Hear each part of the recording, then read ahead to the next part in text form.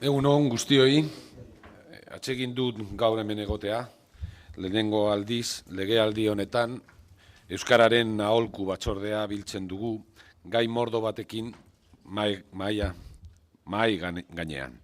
Gaurko bilerak, hurrengo urteetarako dauzkagun erronkan finkatzeko balio behar du, honekin batera euskarekiko dauzkagun ikuspuntu eta diagnostikoei buruz talde hausnarketa bat egin behar dugu.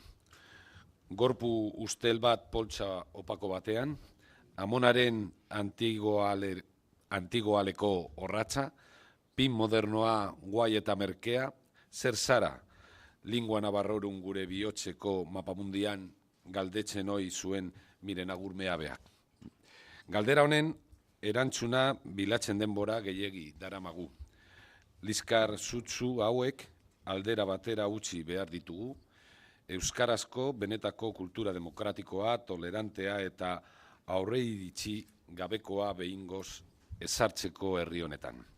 Eta zuok, batzorde honetako kideak, erantzukizun handia daukazue lan honetan. Gobernuak euskara bide honetik sustatu dezan aholkulari privilegiatuak zarete.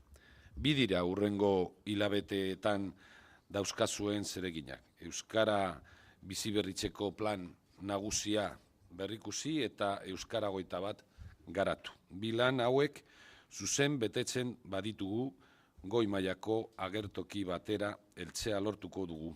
Gizarte elebidunago, modernoago, irekiago bat lortuko dugu.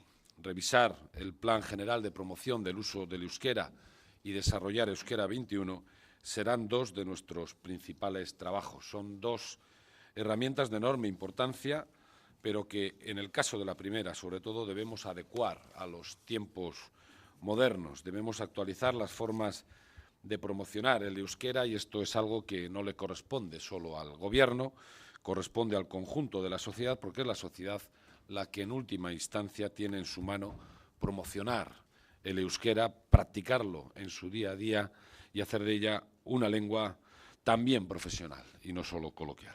De ahí la importancia de este plan y de ahí también la importancia de que vosotros y vosotras, agentes sociales del euskera, participéis en su revisión y desarrollo. Tenemos que desarrollar una política de euskera adecuada a los retos del siglo XXI, que son los retos de una sociedad moderna, plural, solidaria y democrática.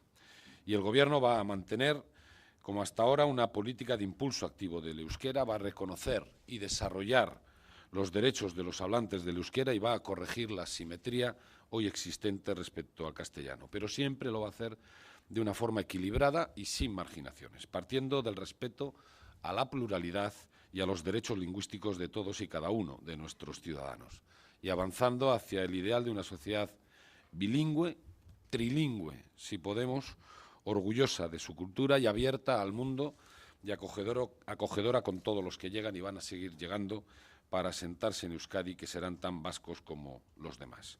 Gure ekosistema linguistikoa elikatu eta handitu nahi badugu, ezin ditzakegu inguru babestu eta ukiezinak mugatu.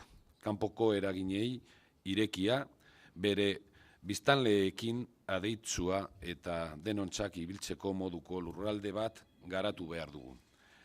Herritarren askatasuna izan behar dugu helburu, hau da euskarak behar duen benetako ingurugiroa. Eskerrik asko.